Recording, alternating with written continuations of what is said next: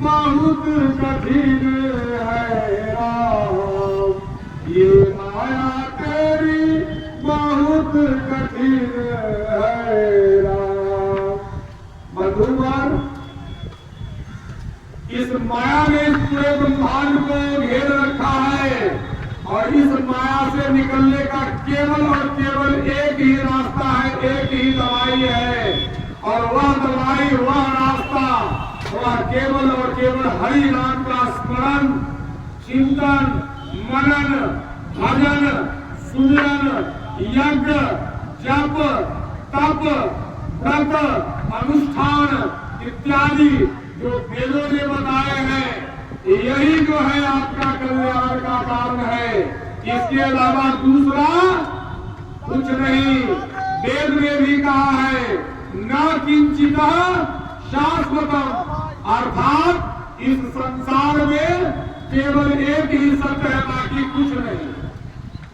वह सत्य क्या है? तो वह सत्य है मृत्यु। वह सत्य है मृत्यु और वही सत्य है।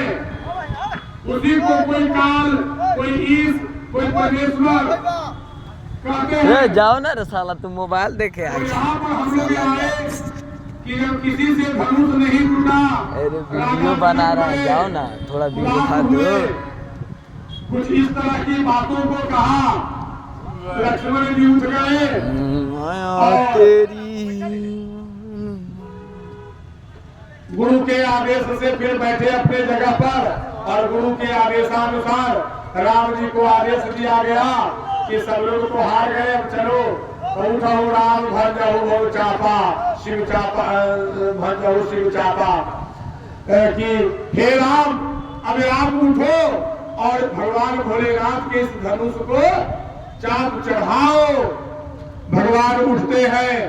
जब वो धीरे धीरे चल रहे होते हैं तो अहंकारी राजाओं का जो हुजूम झुंड और समूह जो वहां पर था, वो राजाएं आपस में हंसकर कहने लगे कि जब सब लोग हार गए, बड़े बड़े हार गए, अब ये चला है उठाने के लिए। माता सीता की माता सुनैना भी विस्मित हो रही है कि जब इतने बलशाली वीर राजाओं से यह धनुष हिला तक नहीं, तो यह तो कोमल अंग वाला राजकुमार, क्या इससे धनुष टूट जाएगा? लेकिन परमात्मा की कृपा, विधि जो होता है बंधुवर, वो विधि नाच विधना ही नचाता है, विधना नाच नचावे जी। तो भगवान वहां पर जाते हैं, धनुष की परिक्रमा करते हैं। परिक्रमा करने के बाद अपने इष्ट देवता को स्मरण करते हैं और उसके बाद में जैसे ही वे धनुष को उठाते हैं, धनुष को पकड़ते हैं, धनुष को एक ही बार में उठा लेते हैं।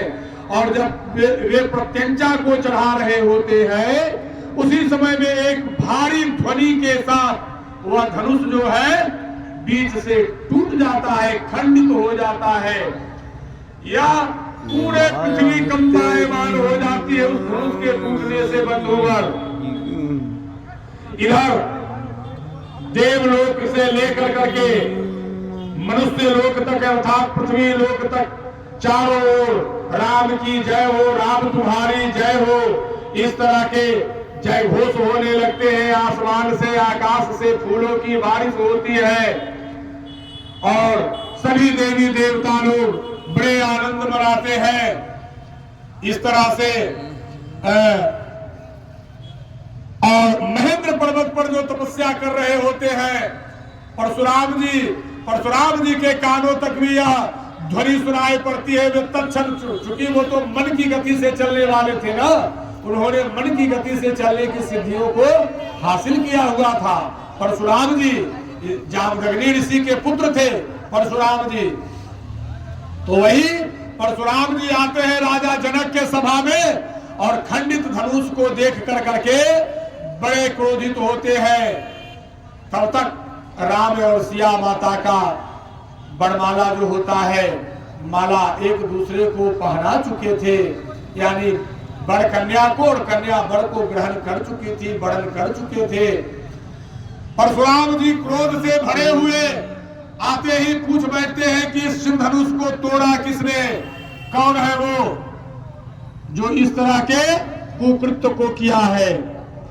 अनेक प्रकार से उन्हें समझाने का प्रयास किया जाता है, प्रयास कराया जाता है, लेकिन वो मानते नहीं। इसी बीच लक्ष्मण और परशुराम जी का संवाद भी होता है बंधुवर, जिसमें लक्ष्मण जी और परशुराम जी आपस में